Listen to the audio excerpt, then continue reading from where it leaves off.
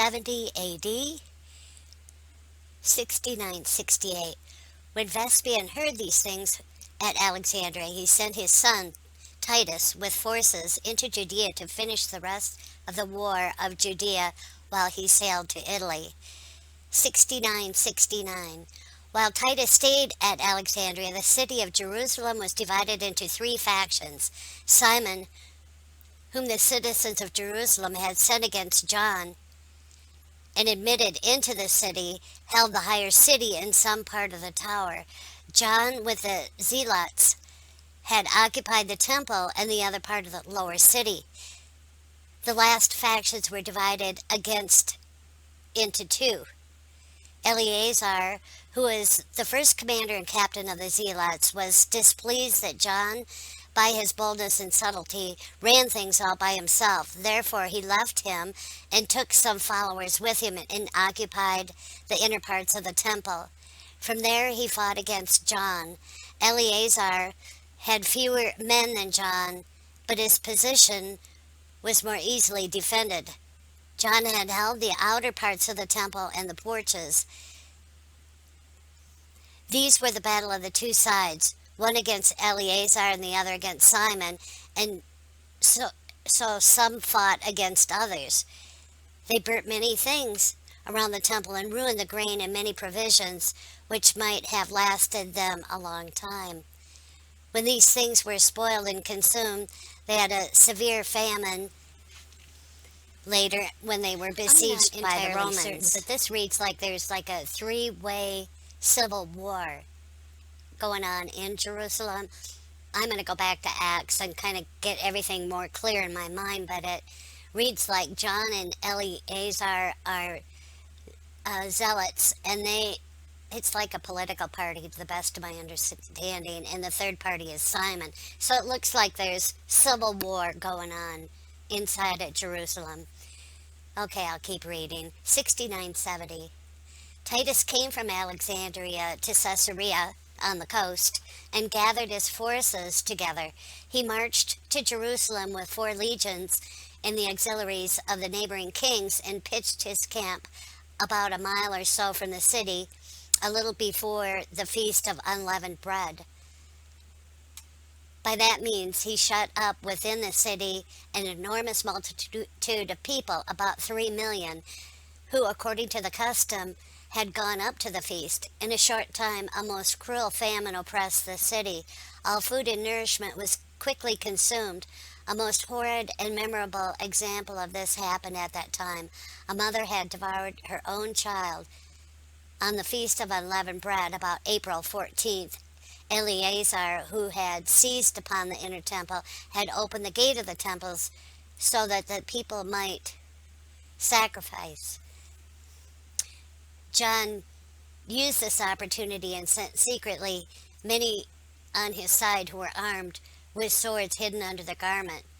When they were admitted into the temple with the rest of the multitude, they attacked Eleazar and seized the inner temple and slaughtered many zealots. Hence, the faction that was threefold was now made twofold. John had 84,000 men on his side, and Simon had 10,000 men, in addition to 5,000 Idumeans. I'm not sure what that is. Okay, it was civil war, and now it's Simon and John. Titus came near the wall and pitched the camp near the tower of Sophina and immediately raised a mount. He battered the wall with a ram and beat it down by force. On May 7th, about 3 weeks later, he broke into the city after the first wall was beaten down. The Jews retired to the inner city, and Titus occupied the north quarter of the city by the citadel of Antonia and the valley of Kidron. 5 days later, a certain tower of the second wall was battered and broken down with a ram from the north quarter, and he went into the new lower city. He was driven back against the Jews, but 4 days later he retook it. He prepared for an assault on the third wall. On May 12th, he ordered 4 mounts to be raised, 2 at the citadel of Antonia, by which he hoped to gain the temple, and 2 at John the high priest tomb, by which he hoped to gain the upper city. John fought the Romans at Antonia and Simon at John's tomb. These mounts were completed in 17 days. On the 29th of May, and the Romans began to batter the wall. John, by a mine from Antonia, cast down one mount and burnt it.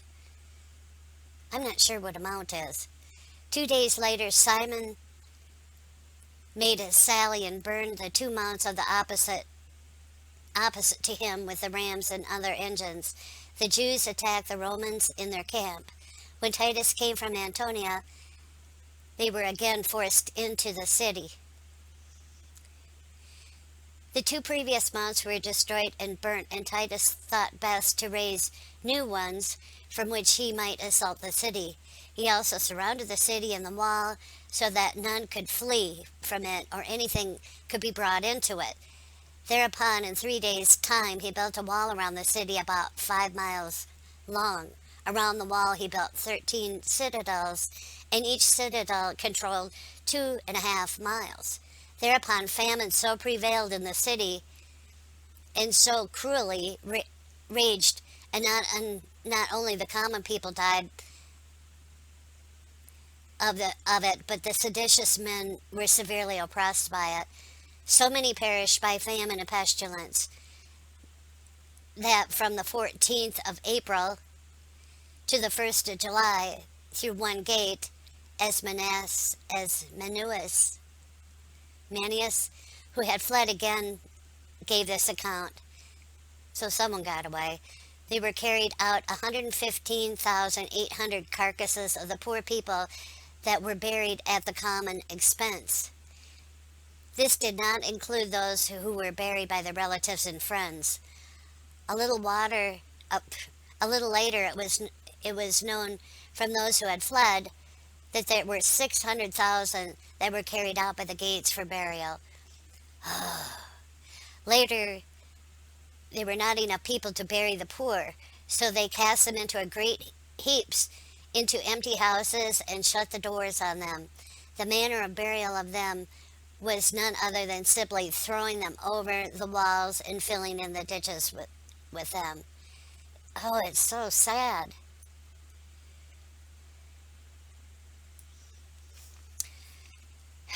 (6973). In the meantime, inside the city, Simon had not refrained from murders and rapines. He killed Matthias, the high priest, whom he accused of treachery. See, there's still civil war going on, as though he would have fled to the Romans. It was ironic that it was Matthias who led Simon into the city. Simon also killed 3 of his sons and 15 of the nobles of the people, and of them condemned. Moreover, he raged with such cruelty that Judas, one of his captains, so detested his cruelty that he planned to turn the part of the city he controlled over to the Romans. This is like massive war. Simon prevented him and killed him along with the 10 men who were in on the plot. John was compelled by necessity to use the sacred things of the temple for his own use. He used the vessels of gold and silver and the money of the temple. He was compelled to distribute to his soldiers the very oil and wine that were dedicated for divine service. 6974. Titus also fetched material from every place and cut down woods and all trees, even as far as 11 miles away. With great labor, in 21 days, he raised new mounts. These mounts must be some kind of like scaffolding to scale the wall. I'm not sure. He made 4 around Antonia and 1 other side of the citadel. When John had cowardly and in vain attempted to overthrow these, they were repulsed by the Romans. On July 1st, the Romans began to batter the wall of Antonia. So now we're April 15th to July 1st. We're 2.5 months in. On July 5th, they made a breach and broke into Antonia and pursued the fleeing Jews even into the temple. After a long skirmish, the Romans were held off for some time. On July 17th, the daily sacrifice, termed by the Greeks, Endel, I can't pronounce that, was not offered for the lack of men. On the same day, Titus asked Josephus to urge the seditious men to surrender, but in vain. 7 days later, Titus brought his mounts near. He was now bringing the materials from a distance of 12 to 13 miles away for the mounts. He overturned the foundation of Antonia and made it an easy access to the temple. He broke it by Antonia and seized on the north and west porches on the outer temple court. The part of the porches, especially those which were joined to Antonia, were burnt and destroyed by the Jews. Still civil war and the Romans. I'm sorry, but this is just intense stuff. 2 days later, on July 24th, the other part was burnt by the Romans. The Jews did not put out the fire and let it burn so that the porch might be clearly separated from Antonia. 6975. On the 27th day, the Jews again burnt the western porch to the bridge that led to the gallery, and many Romans were burnt to death. The Jews fled there to draw the Romans into the trap? The next day, the Romans burnt all of the northern porch, even to the eastern porch. By August 8th, Titus was getting nowhere by battering with a ram the wall of the inner temple, nor by undermining the foundations of the gates because of the huge and strong cementing of the stones together. Sorry. I want to say it again because it's important. Titus was getting nowhere by battering with the ram of the wall of the inner temple, nor by undermining the foundation of the gates because of their huge and strong cementing of the stones together. This might be the remaining wall. That's the way it's reading to me. Neither could the Romans get into the porch with ladders, for the Jews drove them back from above. From the reverence of the place, Titus had not burned it, but was compelled by necessity to do so. He ordered the gates of the inner temple to be set fire. The fire caught onto the adjoining porches, and everything was in flames. The Jews beheld and wondered at it, but did not try to quench the fire for their amazement. It must have been one big blaze. Hence the porch burnt all that day and into the following night. Titus and his captains had determined to keep the temple from burning, but he was unable to do so. On August 10th, when the Romans who kept the guard in the outer range of the temple were provoked by the Jews that made a charge on them, and who quenched the fire on their inner range and had driven them into their very temple, a Roman soldier took a flaming firebrand and got up to his fellow soldiers and threw the brand through the golden window into the houses and chambers which were built on the north side of the temple. They immediately caught fire and burnt the temple also which joined them. Titus in vain ordered his soldiers to quench the fire. This happened in the 2nd year of Vespasian, in the same month, in the very same day of the month, and the first temple was burnt by Nebuchadnezzar.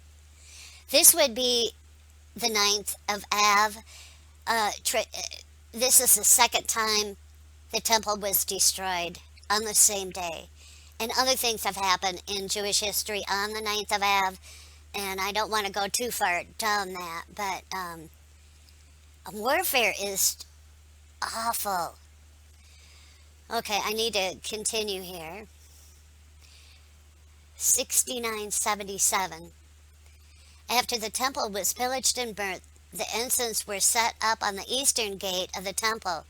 After making sacrifices, that's got to be idolatry kind of stuff, Titus was proclaimed emperor by the army. Titus, from the bridge by which the temple is joined to the city upon the gallery, exhorted through an interpreter the seditious men to, I'm sorry, Titus exhorted through an interpreter the seditious men to surrender. These had fled into the upper city. Although he offered them their lives, they refused his offer. They asked that they might have permission to leave the city with their wives and children and go into the wilderness.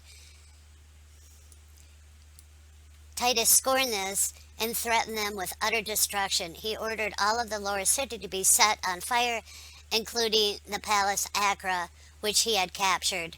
Just another little pause. It was, when I was reading about Jacob's trouble, they destroyed the palace, and I was confused whether that could be the temple. No, the palace is something separate. He began to assault the upper city, which was located on a steep rock. On August 20th, he began to raise his mounts and completed them on September 7th. So we're about 6 months in, and in devastation. He brought his engines to the walls. After he made a breach, the tyrants fled with their guards for fear and amazement. On September 8th, the Romans broke into and destroyed all with fire and sword. 69-78. Jerusalem was destroyed on a Saturday. This was the day the Jews most religiously observed, and September 8th fell on a Saturday that year. So now we're into the fall feast. The city was taken and destroyed. Titus commanded all of the city and the temple to be razed to the foundation and made flat, and also to be plowed according to the custom. He spared the west part of the wall only, and the 3 towers. Okay, there's the wall. There's the wall in Daniel's 70 weeks. He plowed it under, but now the road's back in history. Okay, let's keep going. And the 3 towers, Hippocon, Phasaelus, and Miriam. He left these which, for their great beauty and strength, would be a monument to posterity, to the magnificence of the city. Okay, fall feast, Jerusalem destroyed. 69-79. When Titus had thus taken the city and had filled all the places with dead bodies, the neighboring countries wanted to crown him king. He replied that he was unworthy of that honor, for it was not that he was the author of the work that had given into his hands. I gotta say that again. For it was not that he was the author of this work, but that he had given his hands to God. Okay. Who had shown his anger against the Jews. However, there were coins of Titus are marked with a trophy and a triumphal chariot. I gotta pause again. It really could have been God who anointed Titus to do this work, because the people, with the advent of Jesus, people became the temple of God, the temple of the Holy Spirit. However, okay, they had made coins of him. There were coins of Vespian with the image of a woman sitting sorrowfully under a palm tree with the inscription Judea Capta SC. As also money was coined about the end of the 21st year of King Agrippa with the inscription in Greek, Vespian Emperor and Caesar. I'm going to start skipping a bit because I'm trying to keep my videos in a timely fashion, and this one's already running long, but do feel free to pause it and read it, and I will provide the link to the to this whole book, actually.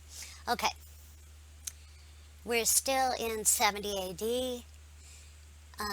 The 2 tyrants, John and Simon, were captured as he hid in the vaults of Jerusalem. John was condemned to perpetual imprisonment, and Simon was reserved for the triumph. In the same vaults, 2,000 men were found who either perished from hunger or killed each other rather than surrender to the Romans. War is just beyond the pale. Titus stayed at Caesarea where he celebrated the birthday of his brother Domitian, which was on December 30th. In this celebration, more than 2,500 Jews perished by fighting with wild beasts, burned with fire, or killed in fighting each other. Okay, let the games begin. Martyrdom has begun in earnest. Okay, now we're into 71 AD. It's in July. Let's see. Titus is traveling. And then a multitude of captives also died in a similar manner as before. So more are perishing this way. Titus is up in Antioch. He and his father held a triumph for the conquest of Judea. 69-85. The two captains of the sedition, John and Simon, were led in that triumph, along with 700 other Jews who excelled in strength and beauty. Only Simon was killed. The book of the law of the Jews were carried in this triumph as the last of the spoils. It, along with the purple veils of the sanctuary, were stored in the palace. Okay, the curtain's open. Even in the physical, Jesus tore the curtain, but here we are. It's open and gone, and the curtain's stored as a spoil of victory. Okay, now we're up to AD 72, and it happened even in our time that there was an eclipse of the sun and moon within 12 days of each other. Others say 15 days. When the Vespasians were emperors, the father for the third time, perhaps the fourth, and the son of the second time for consuls. I don't know what that exactly means, but 69-88. Some think this was foretold by the Savior, Matthew 24-29. See, these things I want to track down. I want to especially look at Acts to put all of this in perspective in regard to Scripture. But here we are. Jerusalem's gone, and it hasn't come back. The city's back, but there's no temple. We are the temple. Okay, 69-89.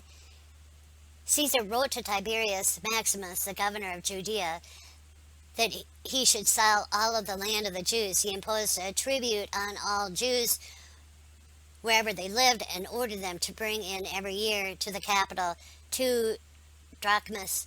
I don't know what the value of that is, which was formerly paid to the temple to Jerusalem. So they're taking their, the tax that was going to Jerusalem and the priestly tribe and confiscating it. 69-92, 73 AD. Among the Jews, after Bassus had died, Publius Silva replaced him in the government of Judea on April 15th. That's interesting. I'm just going to pause a second. This started in 70 AD. They began the attack, and now we're 3 years out. On April 15, he captured by force the impregnable citadel of Masada that was held by Eleazar, the nephew of Judas Baliades, the captain of the thieves. Eleazar persuaded all the thieves who were in the castle, to the number of 960, with their wives and children, to kill each other. First they burnt the citadel with all of the household belongings, lest they should fall into the Roman hands. Hence the last remains of the Jewish wars was eliminated, and all Judea was quiet. And that is, historically known about the, it was up on a hill, like a castle on a hill, as I recall. Many of the thieves who escaped from Judea fled into Egypt to Alexandria. They tried to solicit the Jews to revolt. However, the common people were persuaded by their rulers and attacked those thieves. They captured 600 of them that were turned over to the Romans to be punished. The rest who escaped into Egypt and Thebes were also captured. These people were stomped out. Well, not entirely. We know there are survivors. Concerning this matter, Caesar ordered Lupus, the governor of Alexandria, to pull down the temple of the Jews. That temple was built a long while ago in Egypt by Onias, the brother of the high priest. Jonathan, a certain Jewish weaver, escaped to Cyrene, where he raised a tumult and drew 2,000 Jews into the wilderness. Catulus, the governor of Libya, Pentapolis, sent his cavalry and foot soldiers and easily defeated them. When Jonathan was brought before him, he falsely accused the most wealthy of the Jews to be the main instigators of the revolt. Catulus willingly listened to those accused and immediately executed 3,000 of them. Jonathan was sent to prison.